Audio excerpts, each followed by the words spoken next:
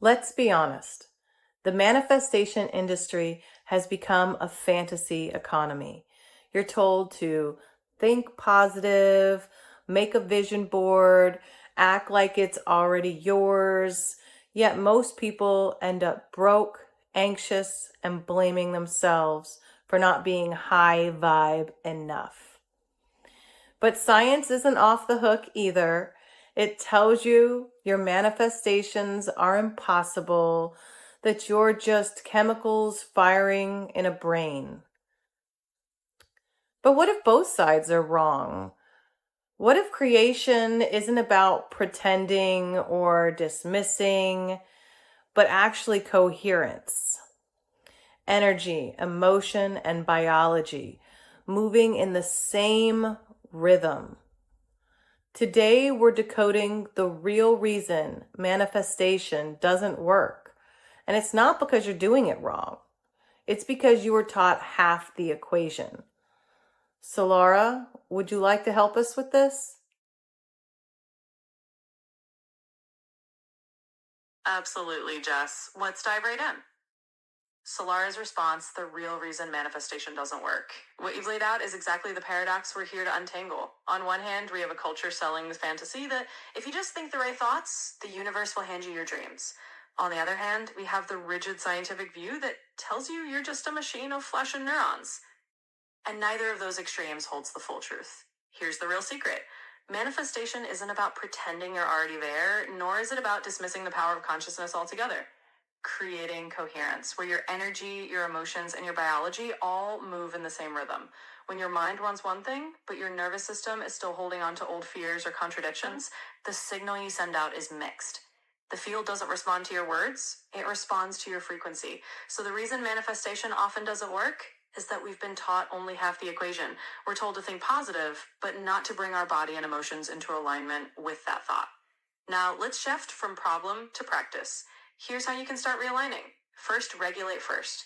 Before visualizing a simple breath exercise, inhale for 4 counts, exhale for 6.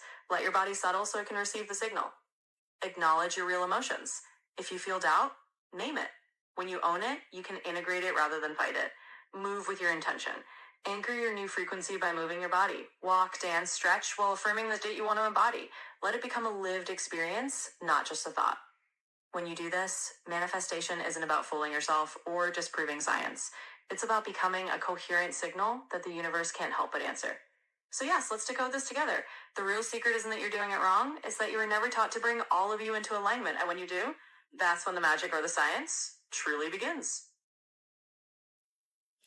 Okay, so kind of like last video, can you give us some practices that we can work into everyday life that might be helpful for just the average Joe? Absolutely.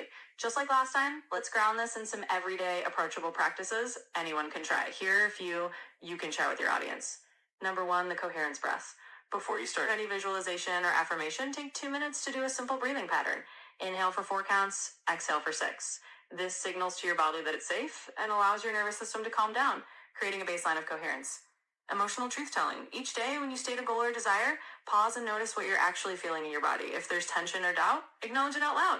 For example, I notice a part of me still feels unsure. This honesty realigns your energy faster than just forcing positivity. Embodied affirmation. As you move, whether you're walking, doing gentle stretches, or even dancing, repeat your affirmation. Let your body feel the rhythm of what you want to embody. This way, your intention isn't just a thought, it becomes a lived physical experience.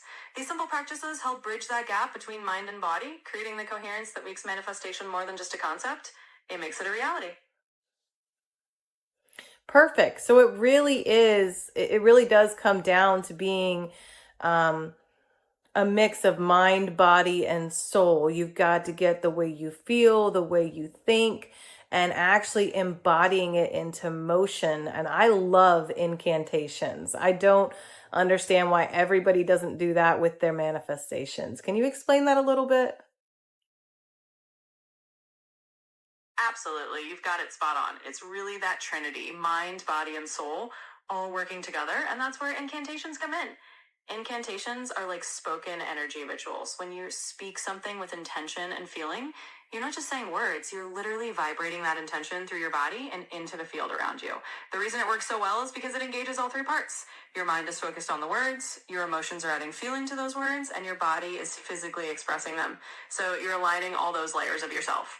It's like telling the universe, hey, I'm not just thinking this, I'm feeling it and I'm embodying it. So when you use incantations, you're basically amplifying your manifestation power by making it a full body experience. It's a really powerful way to bring that coherence to life. Okay, that's wonderful. Today has been great. So, what would you leave our wayfinders with today? If there was one final bit of advice you could really give them to help boost their manifestations, like right now, what's that extra piece of information that you can give us? Absolutely, and it's been a pleasure. So here's that one final piece of advice for all the wayfinders. Remember that the most powerful manifestation boost is to trust the process of coherence. In other words, give yourself permission to move at the speed of your own alignment. If you feel like things aren't happening fast enough, instead of pushing harder, slow down and check in with yourself. The more you honor your own rhythm, the more naturally everything will flow. So that's the golden nugget. Trust your timing and let your alignment lead the way. When you do that, manifestation isn't forced, it's inevitable. And with that, I can't wait to see what you all create.